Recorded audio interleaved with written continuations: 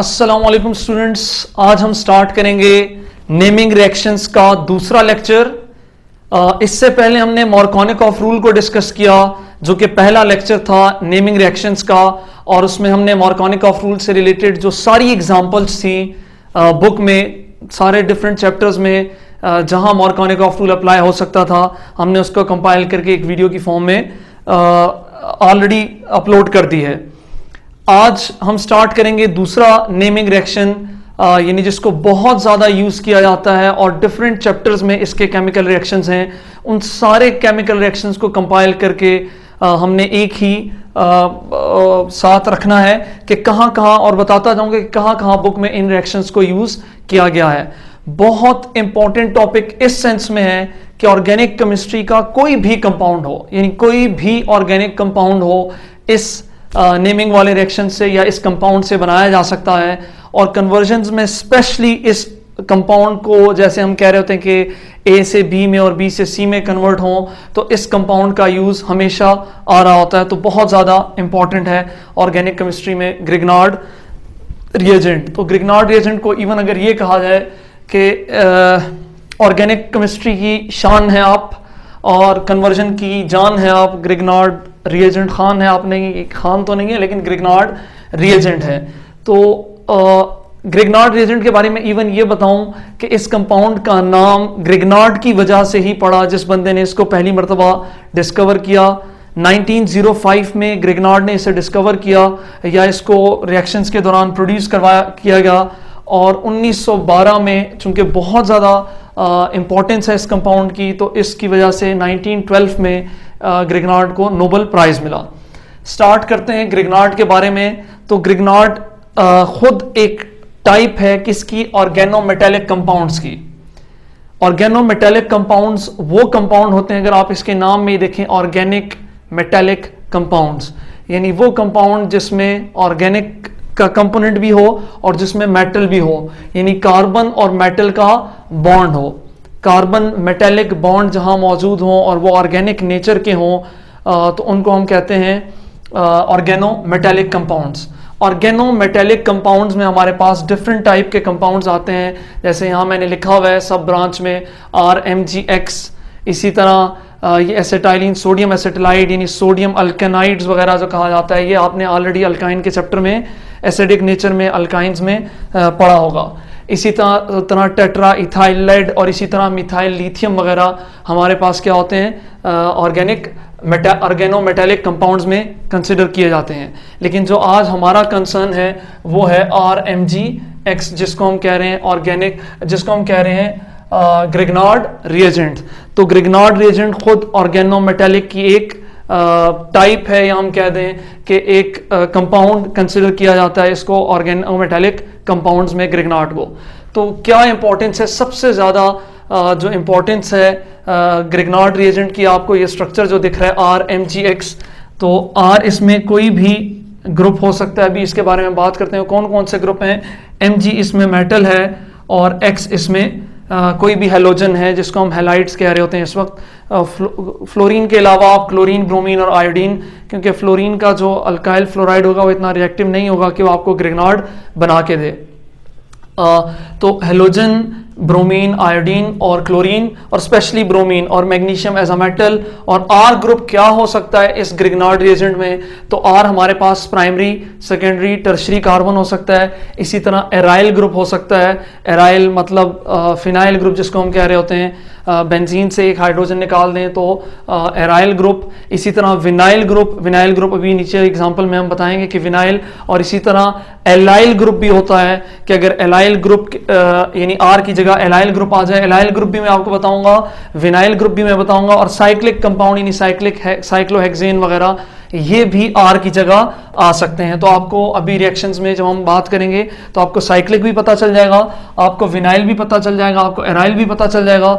Secondary, tertiary और primary already मैंने SN1 SN2 में डिस्कस किए हुए हैं। वो कार्बन जिसके इर्द गिर्द कोई भी कार्बन अटैच ना हो, वो प्राइमरी में कंसिडर किया जाता है। अगर उसके इर्द गिर्द, जैसे यहाँ मैं कंसिडर करता हूँ कि ये कार्बन है और तीनों तरफ इसके सिर्फ हाइड्रोजन अटैच हैं तो ये प्राइमरी है। अगर इसकी तरफ एक कार्बन अटैच है तब भी प्राइमरी है। लेकिन अगर इस कार्बन के इर्द गिर्द जो फंक्शनल ग्रुप वाला कार्बन है, यानी यहाँ पॉजिटिव चार्ज होना जरूरी है, अगर हो एटलीस्ट कोई फंक्शनल ग्रुप हो, चलिए हेलोजन कर देते हैं, तो अगर दोनों तरफ कार्बन वो जो जिसके साथ उस कार्बन के साथ जिसके साथ फंक्शनल ग्रुप अटैच था, तो इसका मतलब ये सेकेंडरी हो जाएगा, ये वाला कार्बन हमारे पास क्या हो जाएगा, टर्शरी हो जाएगा। तो ये हमारे पास क्या है, टर्शरी अल्काइल हैलाइड। सेकेंडरी जब दो कार्बन हो, प्राइमरी जब एक कार्बन हो और दो हाइड्रोजन हो, और फिर भी प्राइमरी सबसे सिंपलेस्ट प्राइमरी जब कोई भी कार्बन ना हो। तो ये हमारे पास क्या, primary, secondary, tertiary alkyl halides कहला रहे हैं। इसी तरह एराइल में हमारे पास यहाँ कार्बन जो फंक्शनल ग्रुप है, समझा देता हूँ आपको कि जो फंक्शनल ग्रुप है अगर उसके साथ फिनाइल ग्रुप अटैच हो और यहाँ हमारे पास फंक्शनल ग्रुप X हो, तो इसको हम कहेंगे कि ये फिनाइल या एराइल है। इसी तरह विनाइल आपके पास CH2 डबल बॉन्ड CH और आगे आपके पास X अटैच हो, तो इसको हम कहते हैं विनाइल क्लोराइड। इसी तरह एलाइल का लफ्ज मैंने यूज किया था, ये विनाइल है और वो होगा एलाइल, तो आपको ये लफ्ज याद रखने पड़ेंगे एलाइल। तो एलाइल के केस में भी CH2 डबल बॉन्ड CH होता है, लेकिन आगे CH2 और फिर X होता है। मतलब एलाइल के केस में 3 कार्बन होते हैं, डबल बॉन्ड तो होता ही है जैसे विनाइल में होता है। तो विनाइल में डबल बॉन्ड, एलाइल में आपके पास 3 बॉन्ड, और ये हमारे पास एलाइल क्लोराइड है, ये विनाइल क्लोराइड है। इनसे हम क्या करेंगे, बनाएंगे फर्दर ग्रिग्नाट। कैसे बनाएंगे अभी रिएक्शंस में हम डिस्कस करेंगे। सिर्फ आपको ये पता हो कि ये जो R ग्रुप है ये प्राइमरी भी हो सकता है, ये सेकेंडरी भी हो सकता है, ये टर्शरी भी हो सकता है, ये एराइल भी हो सकता है, एराइल यानी फिनाइल ग्रुप हो सकता है। इसी तरह आपके पास विनाइल एराइल फर्दर डेरिवेटिव भी हो सकते हैं, मतलब बेंजीन के फर्दर डेरिवेटिव, यहाँ CH3 अटैच हो और साथ में हम हेलोजन अटैच हो, तो एराइल में फर्दर डेरिवेटिव भी बेंजीन के आ जाते हैं। इसी तरह विनाइल मैंने यहाँ आपको समझा दिया, 2 कार्बन डबल बॉन्ड विनाइल भी हो सकता है, ये R ग्रुप। और इसी तरह साइक्लिक में आपके पास कोई भी साइक्लो कंपाउंड, यानी आपके पास साइक्लोहेक्सेन सपोज आ जाता है, इन दोनों को कंफ्यूज ना किया जाएगा, ये बेंजीन है और ये सिंपलेस्ट जनरल कोई भी डबल बॉन्ड वाला कंपाउंड नहीं है, बल्कि सिर्फ रिंग है, यानी साइक्लोहेक्सेन है, जिसको हम कहते हैं कि इसमें सिर्फ सिंगल बॉन्डेड है हमारे पास। तो ये R ग्रुप की फर्दर एलिब्रेशन है, मतलब हम बता रहे हैं कि R में क्या क्या आपको यहाँ मिल सकता है ग्रिग्नाट के केस में, क्योंकि ग्रिग्नाट में आपको Mg मिलेगा, X मिलेगा और R का ग्रुप मिलेगा, और R का ग्रुप विनाइल हो सकता है, एलाइल हो सकता है, आपके पास साइक्लोहेक्सेन ग्रुप हो सकता है जिसको हम साइक्लोहेक्साइल कहेंगे। इसी तरह हमारे पास एराइल हो सकता है, यानी फिनाइल हो सकता है, प्राइमरी, सेकेंडरी, टर्शरी कार्बन हो सकते हैं, और साथ में हेलोजन, ये primary, secondary, tertiary alkyl halides हो सकते हैं। तो ये तो R का कंसर्न हुआ। अब इसमें जो R ग्रुप, यानी जिसको हम RMgX कह रहे होते हैं, जिसको हम ग्रिग्नाट कह रहे हैं, इसमें ये जो R ग्रुप है इस पे पार्शियल नेगेटिव चार्ज होता है, क्योंकि इसके बीच में अगर मैं इसको अच्छे तरीके से बनाऊं बॉन्ड के कंसिडर करके, सबसे पहले आपको ये भी याद रखना है कि मैग्नीशियम और R में मैं R की जगह कार्बन लिखूं तो ज्यादा आपको अच्छा लगेगा कि ये जो कार्बन है, कार्बन और मैग्नीशियम के बीच में जो बॉन्ड है, ये कौन सा बॉन्ड है, ये कोवेलेंट बॉन्ड है। आपको ये सबसे पहले याद रखना है, कोवेलेंट बॉन्ड, और स्पेशली ये पोलर कोवेलेंट बॉन्ड है। इसका मतलब यहाँ पार्शियल नेगेटिव और यहाँ क्या होगा, पार्शियल पॉजिटिव चार्ज होगा। मैग्नीशियम और हेलोजन में जो बॉन्ड है वो हमारे पास आयनिक बॉन्ड है। तो मैग्नीशियम क्योंकि मेटल और वो हाईली नॉन मेटल है, तो इसका मतलब ये क्या होगा, आयनिक बॉन्ड। तो एक ही कंपाउंड में आपको आयनिक बॉन्ड भी मिल रहा है और एक ही कंपाउंड, उसी कंपाउंड में आपको कोवेलेंट बॉन्ड भी मिल रहा है। और कोवेलेंट बॉन्ड स्पेशली के पोलर कोवेलेंट बॉन्ड है, तो पोलर कोवेलेंट बॉन्ड के होने की वजह से कार्बन पे क्या चार्ज है, हाईली नेगेटिव चार्ज है। इसका मतलब इस नेगेटिव चार्ज के होने की वजह से, इस नेगेटिव चार्ज यानी कार्बन पे नेगेटिव चार्ज होने की वजह से, सबसे जो ज्यादा मैं कह रहा था कि कंपाउंड बहुत इंपॉर्टेंट है, उसकी असल वजह यही है कि बहुत सारे यानी मैक्सिमम 99% ऑर्गेनिक कंपाउंड में कार्बन पे क्या चार्ज होता है, पॉजिटिव चार्ज होता है। ये बहुत कम ऑर्गेनिक कंपाउंड्स हैं जिनमें कार्बन पे क्या चार्ज है, नेगेटिव चार्ज है। तो ये अगर कार्बन पे नेगेटिव चार्ज है तो कार्बन एज अ न्यूक्लियोफाइल भी एक्ट कर सकता है और कार्बन एज अ बेस भी एक्ट कर सकता है। इसका मतलब ये न्यूक्लियोफिलिक रिएक्शंस भी देगा और ये एज अ यानी ग्रिग्नाट न्यूक्लियोफिलिक रिएक्शंस में भी हिस्सा लेगा जहां एज अ न्यूक्लियोफाइल एक्ट कर सकता हो, और ये एज अ बेस भी जहां एक्ट कर सकता हो वहां रिएक्शन जरूर कर रहा होगा। तो ये पॉइंट आपने याद रखना है कि सबसे इंपॉर्टेंट पॉइंट ग्रिग्नाट का कि एक तो जो मेटल के साथ वो बॉन्ड बना रहा है मैग्नीशियम के साथ वो कोवेलेंट बॉन्ड, दूसरा दूसरा वो पोलर कोवेलेंट बॉन्ड, और तीसरा जो पॉइंट है कि पोलर कोवेलेंट बॉन्ड की वजह से कार्बन पे नेगेटिव चार्ज आएगा, carbon as a nucleophile act करेगा और कार्बन एज अ बेस भी एक्ट कर रहा होगा। तो जब ये एज अ न्यूक्लियोफाइल एक्ट करेगा, ये किसी पॉजिटिव कार्बन पे अटैक कर रहा होगा। ये ऑलरेडी बातें न्यूक्लियोफाइल से रिलेटेड और बेस से रिलेटेड मैं बता चुका हूं SN1 रिएक्शंस को जब हम डिस्कस कर रहे थे। तो अगर आपको कंफ्यूजन होती है मैं फिर भी समझा देता हूं, लेकिन ना समझ आए तो SN1 और SN2 टाइप कीजिएगा, बाय अल इसरा ह्यूमेन आपको जरूर मिल जाएंगे और उसमें आपको सही अच्छे तरीके से समझ आएगी, क्योंकि न्यूक्लियोफिलिक सब्स्टिट्यूशन रिएक्शन हमने वहां डिस्कस किया था। तो न्यूक्लियोफाइल क्या चीज है? न्यूक्लियोफाइल वो कंपोनेंट है जिसके पास इलेक्ट्रॉन हो या लोन पेयर हो और वो किस पे अटैक कर सकता हो? कार्बन पॉजिटिव पे अटैक कर सकता हो, तो उसे हम कहते हैं न्यूक्लियोफाइल। और वही compound as a base act कर रहा होगा। यानी अगर मैं इस न्यूक्लियोफाइल को सपोज X लिख देता हूं कि ये X नेगेटिव है, और ये X नेगेटिव क्या कर रहा है? कार्बन पॉजिटिव पे अटैक कर रहा है, तो इस वक्त ये एज अ न्यूक्लियोफाइल एक्ट कर रहा है। और अगर ये H प्लस पे अटैक कर रहा है तो वही X नेगेटिव इस वक्त क्या एक्ट कर रहा होगा? As a base. तो ये डिफरेंसेस जो बेसिक डिफरेंसेस हैं आपको समझना जरूरी है इन रिएक्शंस को समझने के लिए, तभी आप बेसिक टर्म्स को और बहुत सारे रिएक्शंस को आप आसानी से हैंडल कर लेते हैं, कि जहां आपको पता हो कि बेसिसिटी क्या कहाँ बेसिक नेचर आता है, कहाँ एज अ न्यूक्लियोफिलिक नेचर आता है। तो ये इंपॉर्टेंट पॉइंट था इससे रिलेटेड कि न्यूक्लियोफाइल क्या और बेस क्या है। तो कार्बन यानी R negative as a nucleophile और एज अ बेस एक्ट करेगा।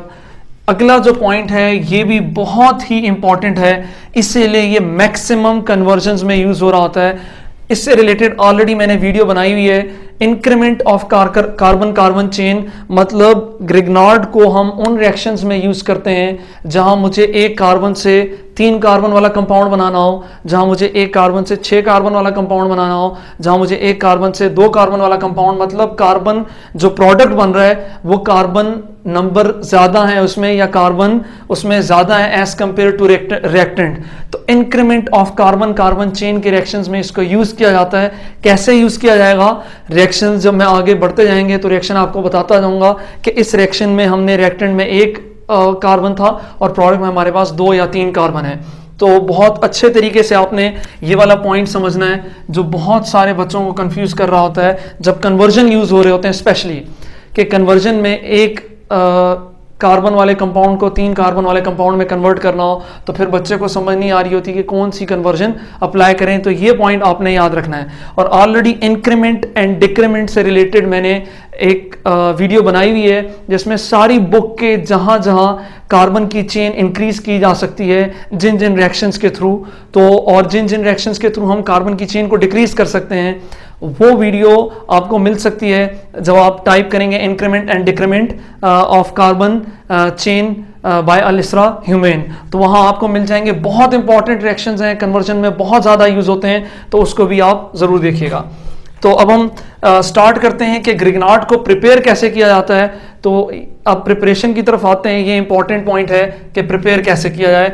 तो अल्काइल हैलाइड्स को, एराइल हैलाइड्स को, एलाइल हैलाइड्स को, या विनाइल हैलाइड्स को, या साइक्लिक जो हेक्सेन्स हैं हेक्साइल हैलाइड्स को, उनको यूज करके हम क्या कर सकते हैं?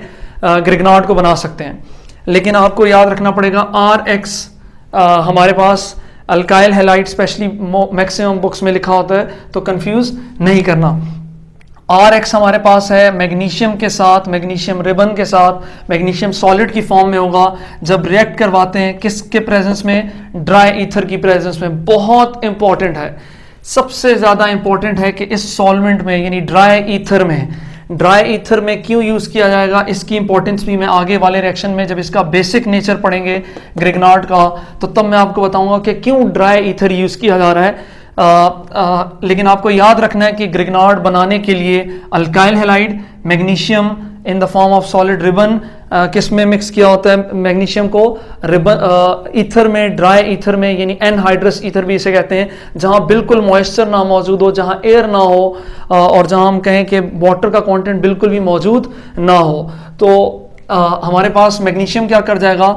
ये वाला बॉन्ड तोड़ देगा और इनके बीच में आ जाएगा एज अ बॉन्ड बनाकर किसके साथ? कार्बन और मैग्नीशियम का बॉन्ड बन जाएगा, और हेलोजन और मैग्नीशियम का आयनिक बॉन्ड बन जाएगा। तो कार्बन और मैग्नीशियम के बीच में कौन सा बॉन्ड बनेगा? कोवेलेंट बॉन्ड, और मैग्नीशियम पे पॉजिटिव चार्ज, कार्बन पे नेगेटिव चार्ज, और यहां भी हमारे पास नेगेटिव चार्ज होगा।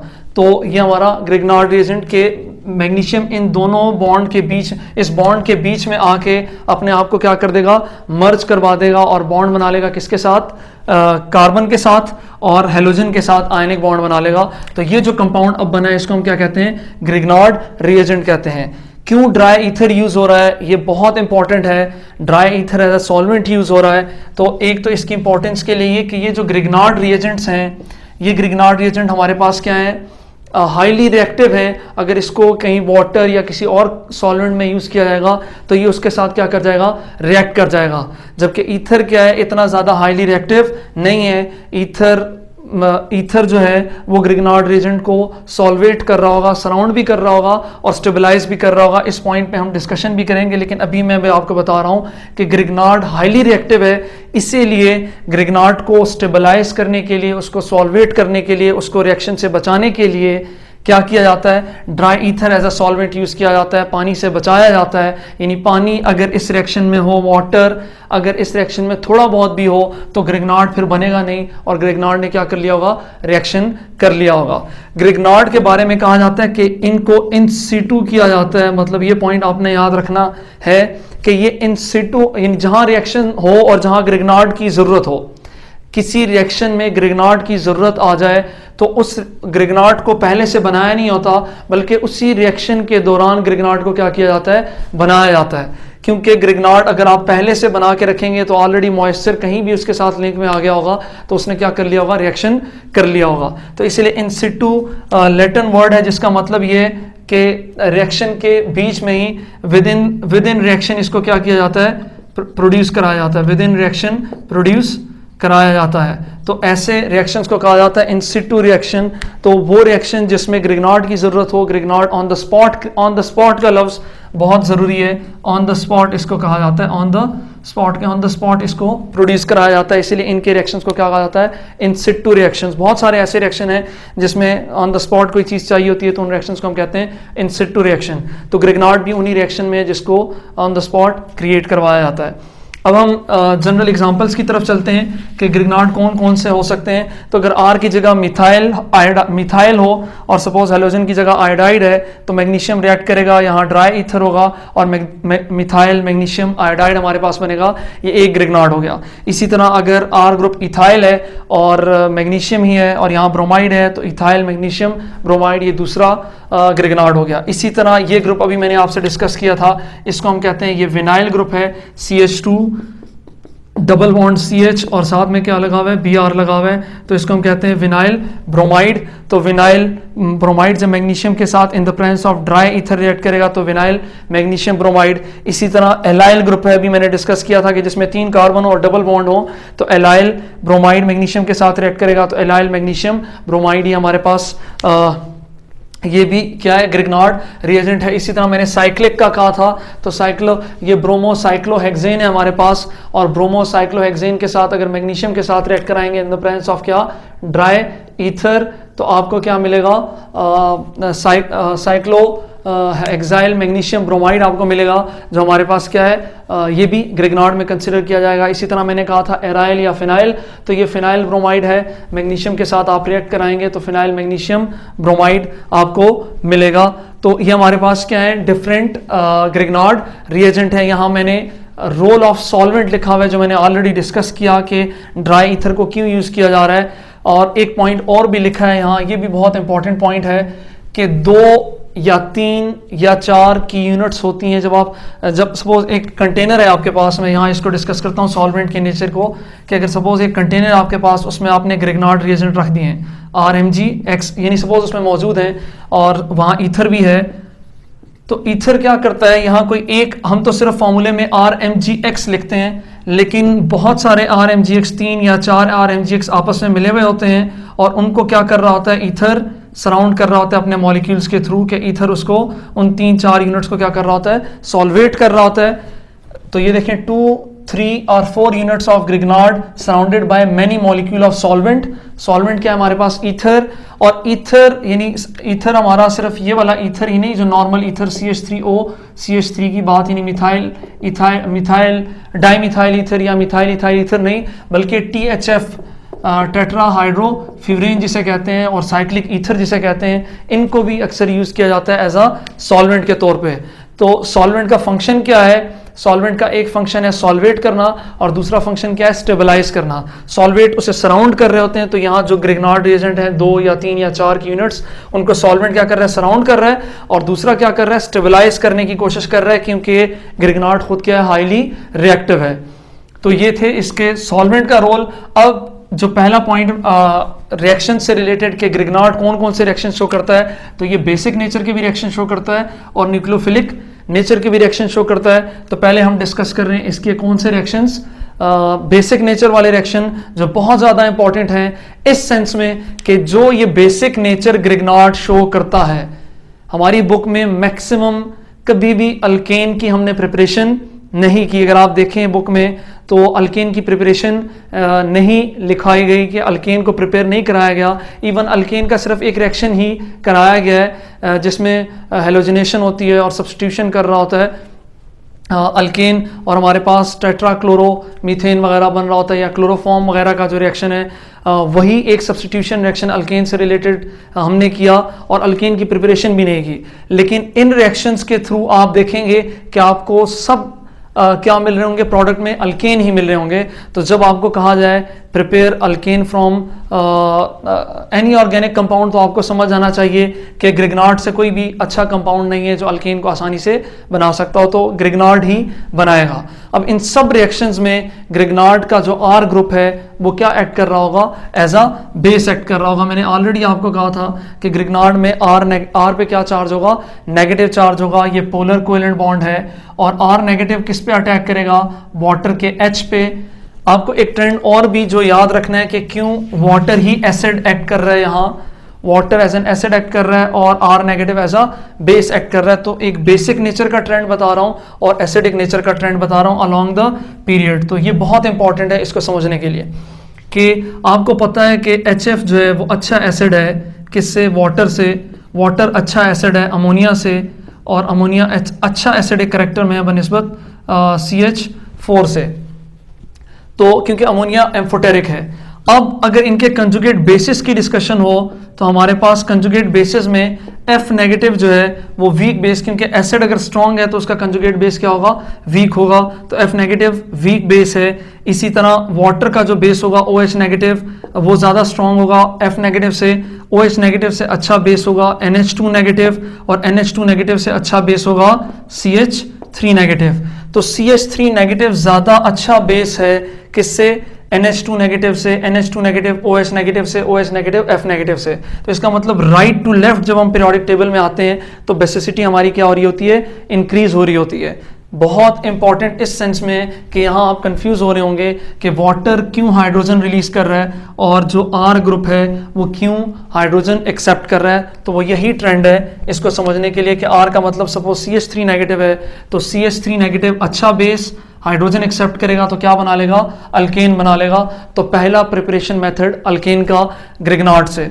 दूसरे मेथड में भी यही कहानी चल रही है कि आर क्या एक्ट कर रहा होगा? एज अ बेस, और वो अमोनिया के हाइड्रोजन पे एक्ट करेगा। एक्टिव हाइड्रोजन है और हाइड्रोजन उससे ले लेगा और क्या बना लेगा? अल्केन बना लेगा। और ये जो साथ में डिफरेंट कॉम्प्लेक्स में बना रहा हूँ वो बाद में रह जाने वाला जो नेगेटिव पार्ट होता है उस कंपाउंड का, जैसे वाटर का negative compound negative component OH negative है, तो OH नेगेटिव Mg और X के साथ मिलकर क्या बना लेगा? MgOH और X। इसी तरह जब RH के साथ मिल जाएगा अल्केन बन जाएगा, और MgX NH2 के साथ मिलके MgX, और यहाँ मैंने OH लिखा है, इसको क्या लिखेंगे?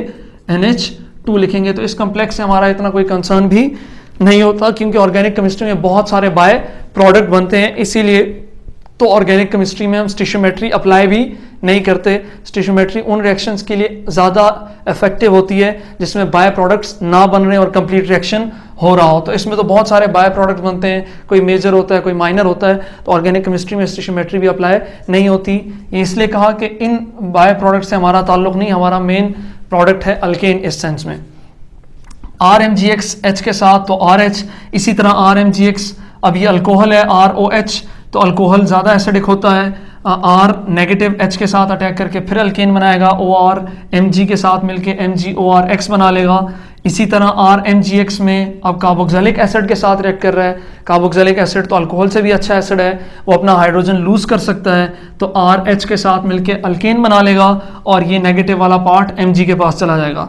इसी तरह तो आप कार्बोक्सिलिक एसिड जब भी ग्रिग्नार्ड से रिएक्ट कराएंगे आपको अल्केन मिलेगा, ये पॉइंट याद रखना है, क्योंकि जब मैं कार्बोक्सिलिक एसिड के डेरिवेटिव्स के रिएक्शन कराऊंगा ग्रिग्नार्ड के साथ तो तब आपको डिफरेंस लगेगा कार्बोक्सिलिक एसिड से एज कंपेयर टू उनके डेरिवेटिव्स कौन से हैं? एस्टर है, अमाइड्स हैं, एनहाइड्राइड हैं, एसाइल क्लोराइड्स हैं। तो जब मैं उनके साथ रिएक्ट करा रहा हूँ ग्रिग्नार्ड को तो वहां Grignard as an basic nature act नहीं कर रहा होगा बल्कि एज अ न्यूक्लियोफाइल एक्ट कर रहा होगा, जो उसका दूसरा रिएक्शन का पैटर्न है। इसी तरह RMGX जब अल्काइन के साथ, और कौन से अल्काइन के साथ? टर्मिनल अल्काइन के साथ। क्यों टर्मिनल अल्काइन के साथ? टर्मिनल अल्काइन की जो इंपॉर्टेंस है वो ये है कि अगर आपको इसकी हाइब्रिडाइजेशन आती हो C triple bond C bond H, तो टर्मिनल अल्काइन में दोनों पाए बॉन्ड को कैंसिल कर दें, वो हाइब्रिडाइजेशन में नहीं कंसिडर किए जाते। अगर आपको हाइब्रिडाइजेशन अभी इधर समझ नहीं आती तो ऑलरेडी मैंने हाइब्रिडाइजेशन से रिलेटेड वीडियो बनाई हुई है, टाइप कीजिए हाइब्रिडाइजेशन बाय अलिस्रा ह्यूमेन, आपको वहां मिल जाएगा आसानी से ट्रिक कि कैसे हाइब्रिडाइजेशन फाइंड आउट करते हैं। यहाँ फिर भी मैं समझा रहा हूँ लेकिन वहाँ बहुत सारी एग्जांपल्स मैंने की हुई हैं। कार्बन ट्रिपल बॉन्ड है तो जो दो पाई बॉन्ड है उनको मैंने कैंसिल किया, कार्बन का एक सिग्मा बॉन्ड S कैरेक्टर और दूसरा सिग्मा बॉन्ड P कैरेक्टर, तो sp हाइब्रिडाइजेशन है इस कार्बन में। sp हाइब्रिडाइजेशन होने की वजह से यहाँ भी ये वाला जो बॉन्ड होगा ये भी sp हाइब्रिडाइज्ड होगा। जब ये sp हाइब्रिडाइज्ड है इसका मतलब इसमें जो S कैरेक्टर है वो 50% है, तो अल्काइन में जो कार्बन हाइड्रोजन का बॉन्ड है उसमें जो करेक्टर बन रहा है S करेक्टर वो कितना है? 50%, और P भी कितना है? 50%। S करेक्टर इसमें काफ़ी ज़्यादा बनिस्बत अल्कीन के कि जहाँ हाइब्रिडाइजेशन हमारे पास क्या होती है? sp2 होती है, और अगर आप इसको कैंसिल करें तो एक spp यहाँ हाइब्रिडाइजेशन होगी sp2 और sp2 में जो हमारे पास S करेक्टर होगा वो होगा हमारे पास 33% S करेक्टर है, और बाकी 67 पॉइंट जितना भी 77% जो हमारे पास है वो P करेक्टर होगा। आप अल्केन में देखें तो आपके पास अल्केन में जो S करेक्टर, वीडियो में प्रॉब्लम की वजह से चूंकि कुछ पॉइंट डिस्कस नहीं हुए थे तो यहाँ हम इसको डिस्कस करते हैं। जहाँ हम स्टार्ट कर रहे थे कि अल्केन में sp हाइब्रिडाइजेशन होती है, sp3 हाइब्रिडाइजेशन होती है, और sp3 हाइब्रिडाइजेशन हमारे पास जो S करेक्टर है वो हमारे पास हो जाएगा 25%। तो अगर आप अल्काइन में देखें तो हमारे पास यहाँ शो हो रहा है कि 50% S करेक्टर है, तो अल्काइन में अच्छा एसिडिक करेक्टर है, इसका मतलब अल्काइन अपना ये हाइड्रोजन क्या कर देगा? लूज कर देगा, और R उस पे ग्रिग्नार्ड का R उस पे अटैक करके अल्केन बना लेगा। इसी तरह नेक्स्ट रिएक्शन में आप देखें तो ग्रिग्नार्ड फिर अमाइंस के साथ, प्राइमरी और सेकेंडरी अमाइंस के साथ रिएक्शन करेगा, और अमाइन के पास भी हाइड्रोजन है, तो R जब उस पर अटैक करता है हाइड्रोजन पे तो हमारे पास अल्केन बन जाता है। तो R यहाँ ऐसा बेस एक्ट कर रहे हैं इन सारे रिएक्शंस में। और अब हम स्टार्ट करते हैं न्यूक्लियोफिलिक एडिशन रिएक्शंस। तो अब हम स्टार्ट करेंगे इसका न्यूक्लियोफिलिक रिएक्शंस के, जिसमें हम ग्रिग्नार्ड के न्यूक्लियोफिलिक नेचर को डिस्कस करें। इससे पहले ऑलरेडी हमने बेसिक नेचर को डिस्कस कर लिया है। तो स्टार्ट करते हैं। न्यूक्लियोफिलिक नेचर में मैंने कहा था कि आपको ये पॉइंट याद रखना पड़ेगा कि जब न्यूक्लियोफाइल एक्ट कर रहा होगा R ग्रुप, यानी अगर मैं R ही से न्यूक्लियोफाइल कर लूँगी कि R नेगेटिव जो ग्रिग्नार्ड का नेगेटिव पार्ट है वो जब किस पे अटैक करे? कार्बन प्लस पे अटैक करे, तो उसको हम कहेंगे कि उस वक्त ये क्या एक्ट कर रहा होगा? As a nucleophile. तो अब ग्रिग्नार्ड के R नेगेटिव यानी कार्बन नेगेटिव ने दूसरे कंपाउंड के कार्बन पॉजिटिव पे यानी इलेक्ट्रोफिलिक सेंटर पे अटैक करना है, कि जो इलेक्ट्रॉन लविंग सेंटर है, यानी ये कार्बन पॉजिटिव इलेक्ट्रॉन को लव कर रहा होता है, और ये नेगेटिव पॉजिटिव को यानी न्यूक्लियोफाइल कार्बन पॉजिटिव को लव कर रहा होता है, इसीलिए इसको न्यूक्लियोफाइल कहते हैं, न्यूक्लियस लविंग कहते हैं इसको। और इस चूंकि ये इलेक्ट्रॉन को लव कर रहा होता है कार्बन प्लस, तो इसीलिए इसको क्या कहते हैं? इलेक्ट्रोफाइल। तो पहले हमें इलेक्ट्रोफिलिक सेंटर ढूंढने पड़ेंगे, और इसी तरह हमें न्यूक्लियोफिलिक सेंटर ढूंढना पड़ेगा कंपाउंड में। तो अगर ग्रिग्नार्ड के कंपाउंड में आप देखें तो ऑलरेडी आपको पता है जो R नेगेटिव पार्ट है वो न्यूक्लियोफाइल है, तो R नेगेटिव न्यूक्लियोफाइल, और ये जो कंपाउंड है कार्बोनिल कंपाउंड। अब ये कार्बोनिल कंपाउंड एल्डिहाइड भी हो सकता है और ये कीटोन भी हो सकता है। तो हमने एक ही एग्जांपल में लिखा है, और इसको R को और वहाँ हम कार्बन्स को चेंज करके हम डिफरेंट कंपाउंड्स यानी डिफरेंट अल्कोहल्स बनाएंगे इसमें। तो स्टार्ट करते हैं कि रिएक्शन का मैकेनिज्म कैसे होता है। तो अगर आप देखें ये कार्बन ऑक्सीजन के साथ अटैच है और डबली बॉन्डेड है, ऑक्सीजन हाईली इलेक्ट्रोनेगेटिव है, तो हाईली इलेक्ट्रोनेगेटिव की वजह से इलेक्ट्रॉन को अपनी तरफ ज़्यादा खींचेगा। जब ये इलेक्ट्रॉन को अपनी तरफ ज़्यादा खींचेगा इसका मतलब ये है कि हमारे पास ऑक्सीजन पे क्या चार्ज होगा, नेगेटिव चार्ज होगा, और कार्बन पे क्या चार्ज होगा, पॉजिटिव चार्ज होगा, पार्शियल पॉजिटिव। तो इसका मतलब ये वाला कार्बन जो है ये इलेक्ट्रोफिलिक सेंटर है, यानी इलेक्ट्रॉन लविंग सेंटर है। और ग्रिग्नार्ड कार्बन नेगेटिव जो आर नेगेटिव है ग्रिग्नार्ड का, वो न्यूक्लियोफाइल है, तो न्यूक्लियोफाइल क्या करेगा, अटैक करेगा कार्बन पॉजिटिव पे। जब ये कार्बन पॉजिटिव पे अटैक करता है तो कार्बन ने ऑलरेडी कार्बोनिल के केस में कितने बॉन्ड बनाए हुए थे, 1 2 3 और 4, ये 5वां बॉन्ड आएगा। तो इसका मतलब यहाँ रेजोनेंस की वजह से इलेक्ट्रॉन कहाँ शिफ्ट हो जाएंगे, O की तरफ, और इलेक्ट्रोनेगेटिविटी O की ज़्यादा है तो इलेक्ट्रॉन अपनी तरफ खींच लेगा। इसका मतलब कार्बन और कार्बन के बीच में एक बॉन्ड बन जाएगा, नया बॉन्ड। और अगर आपको याद हो मैंने लिखा था इंक्रीमेंट ऑफ कार्बन चेन, तो इंक्रीमेंट ऑफ कार्बन चेन कैसे होगी कि कार्बन कार्बन एक नया बॉन्ड बन रहा है कि नहीं बन रहा, और जब एक नया कार्बन कार्बन बॉन्ड बन रहा है तो जो नया कंपाउंड बनेगा वो स्टार्टिंग वाले कंपाउंड से ज़्यादा ही कार्बन रखेगा। तो इस तरह हम क्या करते हैं, कार्बन की चेन इंक्रीज करते हैं केमिकल रिएक्शंस के दौरान बाय यूजिंग ग्रिग्नार्ड रिएजेंट। अभी हम देखेंगे भी एग्जांपल को स्पेसिफिक जनरल करके, अभी हम पहले स्पेसिफिक कर रहे हैं कि हमने यहाँ आर लिखा हुआ है, और जनरल भी एग्जांपल्स हम देंगे। पहले मैकेनिज्म्स को डिस्कस करते हैं कि आर नेगेटिव ने कार्बन पे अटैक किया, कार्बन से डबल बॉन्ड शिफ्ट हुआ O नेगेटिव की तरफ, तो हमारे पास बना O नेगेटिव। कार्बन के ऑलरेडी 3 बॉन्ड थे, ये डबल बॉन्ड शिफ्ट हुआ O नेगेटिव पे, तो O नेगेटिव आया, आर ने उसके साथ कार्बन के साथ बॉन्ड बना लिया। ये जो पॉजिटिव पार्ट है ग्रिग्नार्ड का, ये O नेगेटिव को स्टेबलाइज करने के लिए आएगा, इसीलिए इस कम्प्लेक्स को कहा जाता है जो इंटरमीडिएट है, मैग्नीशियम अल्कोक्साइड कम्प्लेक्स कहा जाएगा इसे। जिस रिएक्शन में हम इसे डिस्कस करेंगे वहाँ जहाँ O नेगेटिव आके O नेगेटिव बनेगा और उसका ग्रिग्नार्ड का पॉजिटिव पार्ट इसे स्टेबलाइज कर रहा होगा, तो उसे हम कहेंगे magnesium alkoxide complex as an intermediate. Next step में जो होता है कि O नेगेटिव हमेशा, फिर वो O नेगेटिव किस पे अटैक करेगा, अब वाटर पे। वहाँ वाटर मौजूद होता है तो वाटर ने सीधा अपना हाइड्रोजन लिबरेट करवा देना है, और O नेगेटिव ने उस हाइड्रोजन पे एक्ट करके अपने आप को किस में कन्वर्ट कर देना है, अल्कोहल में कन्वर्ट कर देना है। तो हमारे पास अब ये तो जनरल मैकेनिज्म था कि जिसमें हमने ग्रिग्नार्ड रिएजेंट से कोई अल्कोहल बनाया, लेकिन कौन सा अल्कोहल बनता है, प्राइमरी, सेकेंडरी या टर्शरी, अब हमें पता चलेगा कि हमने कौन सा कम्प्लेक्स जो मेन सबस्ट्रेट है जिस पे अटैक हो रहा है वो हमारा कौन सा सबस्ट्रेट है, उस कार्बोनिल पे दोनों तरफ या हाइड्रोजन अटैच हैं, या एक तरफ कार्बन और हाइड्रोजन अटैच हैं, या उस कार्बोनिल के दोनों तरफ कार्बन अटैच हैं। इसके बेसिस पे डिसाइड होगा कि हमारा प्रोडक्ट कौन सा बनेगा। तो स्टार्ट करते हैं कि अगर सपोज कार्बोनिल ग्रुप के दोनों तरफ ही हाइड्रोजन है तो हमारे पास फिर जो बनने वाला कंपाउंड होगा वो क्या होगा, प्राइमरी अल्कोहल होगा। तो आप देखें कि ये हाइड्रोजन हो गया, इसी तरह यहाँ भी हाइड्रोजन हो गया। तो हमारे पास अब इस कार्बन के साथ जिसके साथ फंक्शनल ग्रुप OH अटैच है, तो वो जो OH है जिस कार्बन के साथ अटैच है उसके दो तरफ हाइड्रोजन है और एक तरफ कार्बन है। इसका मतलब ये अभी भी प्राइमरी अल्कोहल ही है, तो एक कार्बन के अटैच होने से वो अभी भी प्राइमरी अल्कोहल ही होगा।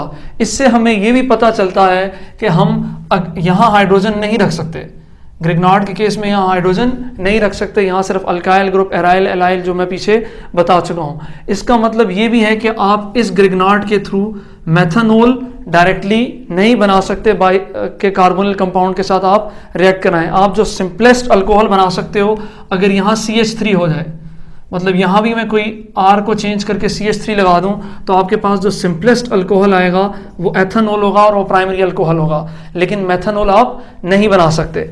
तो सपोज ये मिथाइल मैग्नीशियम हैलाइड ही रहने देते हैं, ग्रिग्नार्ड ही रहने देते हैं। तो अब हम इसको चेंज करते हैं इस कंपाउंड को फिर, कि अगर कार्बोनिल ग्रुप में मैं अब फिर फर्दर चेंजेस लाऊं।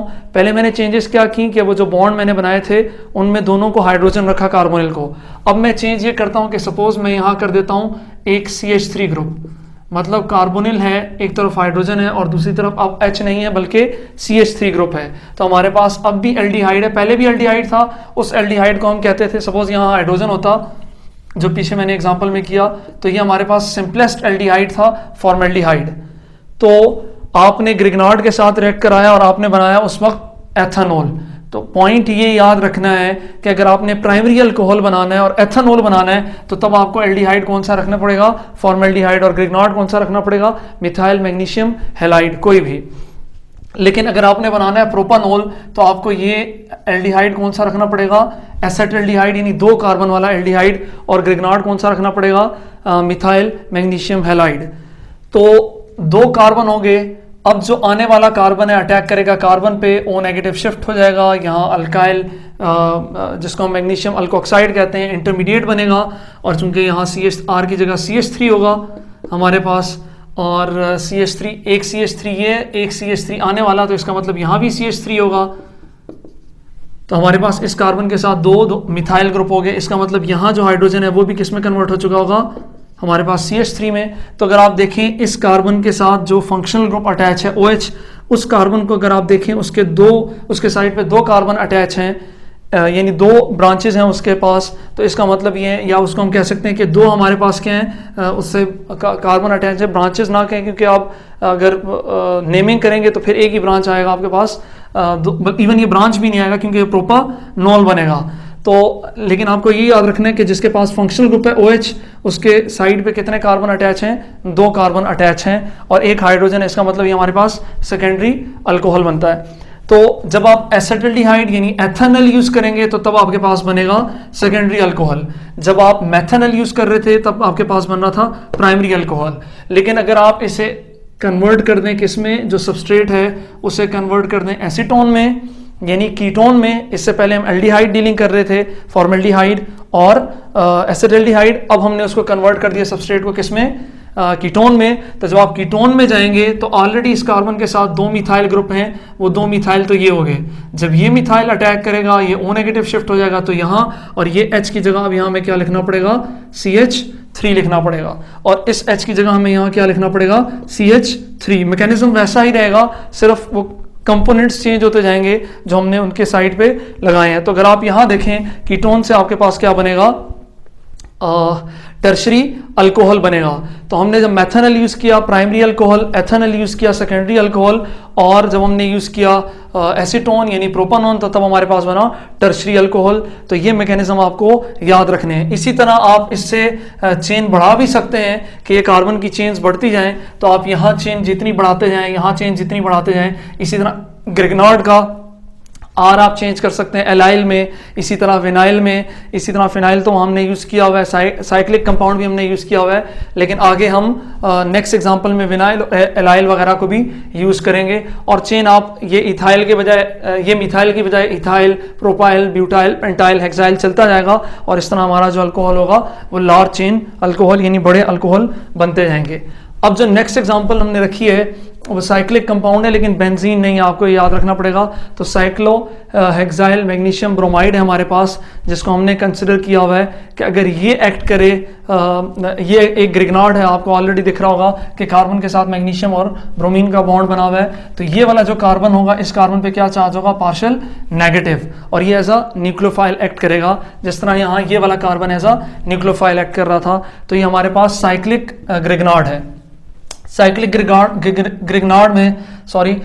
ग्रिग्नार्ड में हमारे पास कार्बन नेगेटिव क्या करेगा, कार्बोनिल ग्रुप पे अटैक करेगा, और कार्बोनिल ग्रुप का डबल बॉन्ड उसी तरह नॉर्मली शिफ्ट होगा जिस तरह यहाँ शिफ्ट हो रहा था। कार्बन पे पॉजिटिव चार्ज है, यहाँ भी कार्बन पे क्या होगा, पार्शियल पॉजिटिव, ऑक्सीजन पे पार्शियल नेगेटिव चार्ज होगा, डबल बॉन्ड शिफ्ट हो जाएगा, O नेगेटिव बन जाएगा, और जो बॉन्ड थे ऊपर और नीचे उसके पास ऑलरेडी ये 2 बॉन्ड कार्बन के पास थे वो हमने यहाँ शो कर दिए। ये अल्काइल मैग्नीशियम ऑक्साइड बन गया, या इसको अल्क ऑक्साइड बन गया, मैग्नीशियम अल्क ऑक्साइड बन गया। जो इंटरमीडिएट यहाँ भी था मैग्नीशियम अल्क ऑक्साइड, इसको हम जनरल कहते हैं। वही O नेगेटिव ने अगले स्टेप में क्या करना है, H पे अटैक करना है वाटर के। और मैंने कहा था कि O नेगेटिव जब बनता है तो मैग्नीशियम ब्रोमाइड उसे सेटिस्फाई कर रहा होता है, स्टेबलाइज कर रहा होता है, और उसके बाद अगला स्टेप होता है हाइड्रोलिसिस का। तो O नेगेटिव क्या करेगा, हाइड्रोजन पे अटैक करेगा, तो हमारे पास बनेगा अल्कोहल, लेकिन साइक्लिक अल्कोहल बन रहा होगा। अब पॉसिबिलिटी कौन कौन सी हो सकती है कि कौन कौन से प्रोडक्ट बन सकते हैं हमारे पास इसमें। तो अगर सपोज मेरे पास जो कार्बोनिल कंपाउंड है, मैं इसको ज़रा क्लियर करवा दूं कि अगर हमारे पास सपोज ये कार्बोनिल कंपाउंड यहाँ दोनों तरफ सपोज हाइड्रोजन है, तो ये हमारे पास क्या है, मेथेनॉल है, और मेथनल पे सपोज ये साइक्लोहेक्साइल मैग्नीशियम ब्रोमाइड अटैक कर रहा है, तो फिर कौन सा प्रोडक्ट बनेगा? तो तब हमारे पास बनेगा साइक्लोहेक्साइल मेथनॉल बनेगा। क्यों बनेगा? कि अगर आप देखें यहाँ H ये भी H हो जाएगा और ये भी क्या हो जाएगा? H हो जाएगा। यहाँ भी क्या हो जाएगा? H हो जाएगा। यहाँ भी H हो जाएगा। तो अब नेमिंग कैसे देनी होती है आपको, एटलीस्ट नॉमेनक्लेचर अभी मैंने करवाया नहीं है, लेकिन थोड़ी बहुत नॉमेनक्लेचर आप इसके साथ भी सीखते जाएं, इंशाल्लाह नॉमेनक्लेचर भी साथ साथ में शुरू करेंगे। तो अगर आप देखें ये साइक्लो कंपाउंड है आपके पास 6 रिंग वाला, तो ये तो साइक्लो हेक्सेन था लेकिन हाइड्रोजन निकला तो साइक्लो हेक्साइल कहते हैं इसे। और एक ही कार्बन है जिसके साथ फंक्शनल ग्रुप है, तो असल में एक ही कार्बन जिसके साथ फंक्शनल ग्रुप है उसी को गिना जाएगा मेन चेन जिसके साथ फंक्शनल ग्रुप होता है। और ये क्या कंसिडर किया जाएगा? जिसके पास फंक्शनल ग्रुप नहीं होता और रिंग में है उसको एज अ सब्स्टिट्यूएंट कंसिडर किया जाएगा, इसीलिए इसको पहले लिखा जाता है, प्रीफिक्स में लिखा जाता है। तो यहाँ हम लिखेंगे साइक्लोहेक्साइल। हेक्साइल क्यों? क्योंकि अगर ये होता हेक्सेन, हाइड्रोजन हर तरफ अटैच होते हैं इसके दो, तो तब इसे हम कहते हैं हर कार्बन के पास दो हाइड्रोजन होते हैं, तो साइक्लोहेक्सेन। एक हाइड्रोजन इससे निकल गया था, उसके साथ हमने कार्बन अटैच कर लिया था, तो अब इसको एज अ ब्रांच कंसिडर किया जा रहा है क्योंकि इसके साथ असल में OH है। तो साइक्लोहेक्साइल और ये एक कार्बन है तो नाम रखा जाएगा मेथनॉल। तो मैंने कहा जब आप सबसे सिंपलेस्ट एल्डिहाइड यूज कर रहे हैं मेथनल, तो तब इसका नाम है साइक्लोहेक्साइल मेथनॉल। लेकिन अगर आप सिंपलेस्ट एल्डिहाइड नहीं यूज कर रहे और आप यूज कर रहे हैं एसेटल्डिहाइड या एथेनल जिसे कहते हैं, एसेटल्डिहाइड कॉमन नेम और एथेनल हमारे पास, एथेनल याद रखिएगा, एथेनॉल नहीं कह रहा, एथेनल यानी एल्डिहाइड की बात कर रहा हूं। तो वही कार्बन नेगेटिव फिर अटैक करेगा, डबल बॉन्ड शिफ्ट हो जाएगा, O नेगेटिव है MgBr बनेगा, O नेगेटिव हाइड्रोजन पे अटैक करेगा और अब जो अगला कंपाउंड हमारे पास बनेगा वो होगा यहाँ CH3, क्योंकि यहाँ एक CH3 मौजूद है, ऑलरेडी हमने चेंज कर दिया था H से। तो CH3, ये CH3 अगर आप देखें तो ये एथेनॉल बन रहा है क्योंकि 2 कार्बन का है और ये सब्स्टिट्यूएंट है तो इसको साइक्लोहेक्साइल ही लिखेंगे, लेकिन अब 2 कार्बन का है तो उसे हम कहेंगे साइक्लोहेक्साइल एथेनॉल। इसी तरह इसको आप ऐसे भी कह सकते थे 1 साइक्लोहेक्साइल एथेनॉल, लेकिन 1 लिखने की जरूरत नहीं पड़ती जब सब्स्टिट्यूएंट पहले कार्बन पे होता है। नंबरिंग यहाँ से करनी है, ऐसा ना हो आप यहाँ से करने लग जाएं कि 1 2 ये तो 2 पे आ रहा है, नहीं यहाँ से करेंगे क्योंकि फंक्शनल ग्रुप इस कार्बन के पास है और इसका पहला सब्स्टिट्यूएंट भी ये है। तो 1 साइक्लोहेक्साइल और ये चूंकि 2 कार्बन है तो एथेनॉल। इसी तरह अगर ये सपोज आपके पास कीटोन हो जैसे हमने वहां चेंज किया था, तो आपका नेक्स्ट कंपाउंड बनेगा यहाँ भी CH3 और यहाँ भी क्या हो जाएगा CH3। तो अब आपके पास होगा, चूंकि अब यहां से नंबरिंग करेंगे, दूसरे नंबर पे आ रहा है 1 2, तो इसका मतलब ये 2 पोजीशन पे साइक्लोहेक्साइल है और 2 ही पोजीशन पे आपके पास अल्कोहल है। तो आप लिख सकते हैं 2 साइक्लोहेक्साइल 1 2 यानी 2 साइक्लोहेक्साइल और उसके बाद 3 कार्बन है, तो इसका मतलब और पोजीशन भी का अगर आपने ये 2 पोजीशन ऑफ OH भी शो करनी है, तो इसका मतलब ये है कि आपको पहले लिखना है 1 2, इसका मतलब 2 साइक्लोहेक्साइल, मैं इसकी नंबरिंग कर देता हूँ 1 2 और ये 3, 2 साइक्लोहेक्साइल और 2 ही पोजीशन पे आपके पास OH है, तो आप कहेंगे 2 साइक्लोहेक्साइल 2 और फिर ये कितने कार्बन है? 3 कार्बन है, तो इसका मतलब प्रोपन और ओल। आपको क्या करना पड़ेगा? OH का नाम भी लिखना पड़ेगा। तो इवन आप ये भी कर सकते थे 2 ओल, लेकिन वो नहीं कर सकते 2 ओल प्रोपेन, आपको मेन फंक्शनल ग्रुप यहाँ लिखना है जो ओल है हमारे पास। तो इसका मतलब हम लिख सकते हैं, हाँ ये लिख सकते थे प्रोपेन 2 ओल, इस नेम को इस तरह भी लिख सकते थे कि आपके पास होता 2 साइक्लोहेक्साइल प्रोपेन और फिर साथ में लिखते 2 ओल। तो ये नाम भी इसका लिख सकते थे क्योंकि 3 कार्बन है, दूसरी पोजीशन पे अल्कोहल है, तो ये प्रोपेन 2 ओल हमारे पास इसका प्रोपेन और ये ई भी नहीं लिखेंगे फिर आप। उसकी वजह ये कि नॉमेनक्लेचर में AEIO यानी जिनको हम वावल कहते हैं AEIO U और साथ में हम Y भी केमिस्ट्री में वावल्स में गिन लेते हैं जो कि है नहीं। तो जब आपके पास ऐसी एंडिंग हो रही है, जैसे यहां एंडिंग हो रही थी प्रोपेन की और स्टार्टिंग हो रही थी नेक्स्ट में ओल की O से, तो जब दो तरफ यानी एंडिंग वावल से हो रही हो और स्टार्टिंग भी वावल से हो रही हो, तो फिर हम क्या कंसीडर करेंगे? जो फर्स्ट वाला वावल है उसको खत्म कर देंगे और नेक्स्ट वाले वावल को यूज करेंगे, तो नाम बनेगा 2 साइक्लोहेक्साइल प्रोपेन 2 ओल। प्रोपेन नहीं कहेंगे फिर हम इसे। तो ये भी आयोपैक नॉमेनक्लेचर में बहुत ज्यादा इंपॉर्टेंट चेंज आया ऑलमोस्ट 2000 में कि जो वॉवल्स हैं उनको क्या किया जाए, निगलेक्ट कर दिया जाए अगर दो कंसेक्टिव वॉवल्स आ रहे हो। तो प्रोपेन टू ओल या टू प्रोपानोल जो पिछला नाम मैंने लिखा था। अब हम स्टार्ट करते हैं जिसका लास्ट वाली एग्जांपल को, कि जिसमें हमारे पास फिनाइल मैग्नीशियम ब्रोमाइड। अब इसको चूंकि बेंजीन का, ये याद रखिएगा एक इंपॉर्टेंट पॉइंट मैं यहाँ इसको समझाने के लिए लिख देता हूँ कि अक्सर बच्चे, चूंकि बेंजीन ये होता है हमारे पास हर जगह, हर कार्बन पे हाइड्रोजन, एक hydrogen hydrogen hydrogen hydrogen hydrogen. तो अक्सर बच्चों से जब मैं पूछता हूँ कि अगर यहाँ से हाइड्रोजन हटा दिया जाए तो फिर वो कहते हैं इसको बेंजाइल कहेंगे। तो इसे बेंजाइल नहीं कहेंगे, इसे क्या कहेंगे, फिनाइल कहेंगे। इसे क्या कहेंगे, फिनाइल कहेंगे। बेंजाइल किसे कहते हैं, तो पहले मैंने बेंजीन से हाइड्रोजन निकाला तो उसे मैंने कहा इसे फिनाइल कहते हैं। क्यों इसे फिनाइल कहते हैं, पहले तो पॉइंट ये, क्योंकि बेंजीन का पुराना नाम था फीन। तो पुराने नाम से इसको इस तरह रखा गया कि अगर इससे हाइड्रोजन निकाला जाएगा तो इसे क्या कहा जाएगा, phenyl.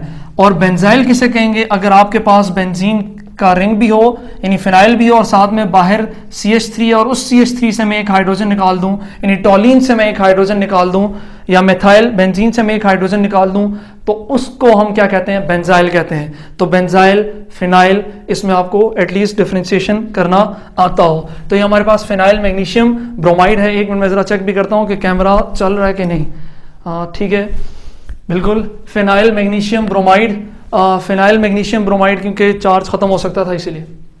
Phenyl magnesium bromide, phenyl magnesium bromide में ये कार्बन पे क्या चार्ज होगा, नेगेटिव चार्ज। इस नेगेटिव की वजह से कार्बन पे अटैक करता है। जिस कार्बन पे अटैक होना होता है पार्शियल पॉजिटिव वाले कार्बन पे, यहाँ पार्शियल नेगेटिव चार्ज। जब ये इस पे अटैक कर लेता है तो हमारे पास क्या बनता है, ये डबल बॉन्ड शिफ्ट हो जाता है O नेगेटिव की तरफ, जिस तरह नॉर्मल वहां हो रहा था। और हमारे पास क्या बनेगा, मैग्नीशियम अल्कोक्साइड इंटरमीडिएट।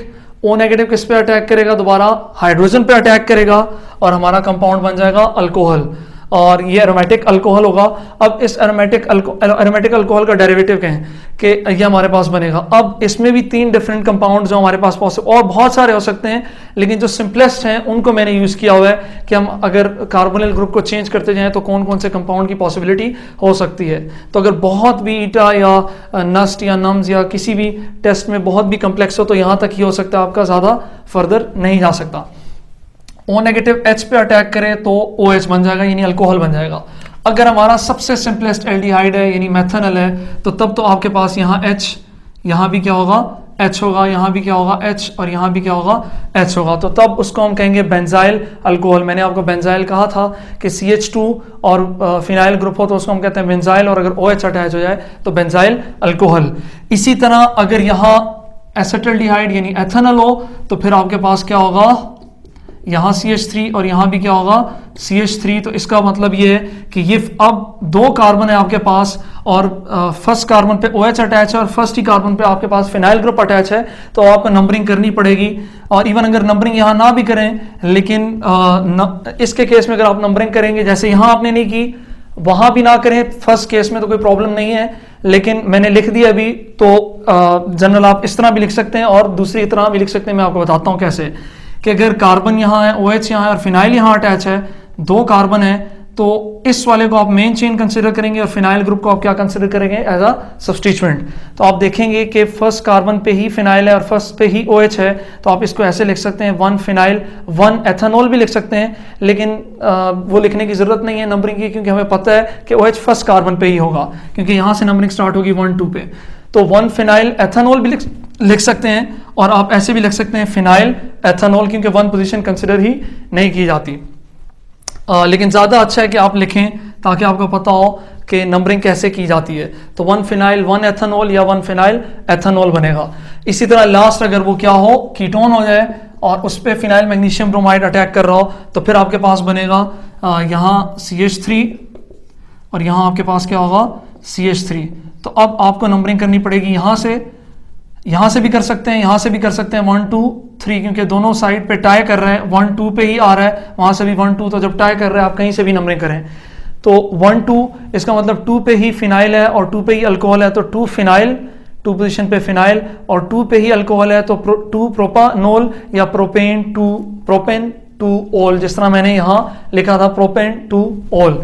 तो 2 फिनाइल 2 प्रोपानोल या 2 फिनाइल प्रोपेन टू ऑल, ये हमारे पास क्या हुआ, कीटोन के रिएक्शंस हुए विद फिनाइल मैग्नीशियम ब्रोमाइड। हम स्टार्ट करते हैं एस्टर्स के साथ, एसाइल क्लोराइड के साथ, एलाइल के और विनाइल के एग्जांपल्स भी डिस्कस करते हैं।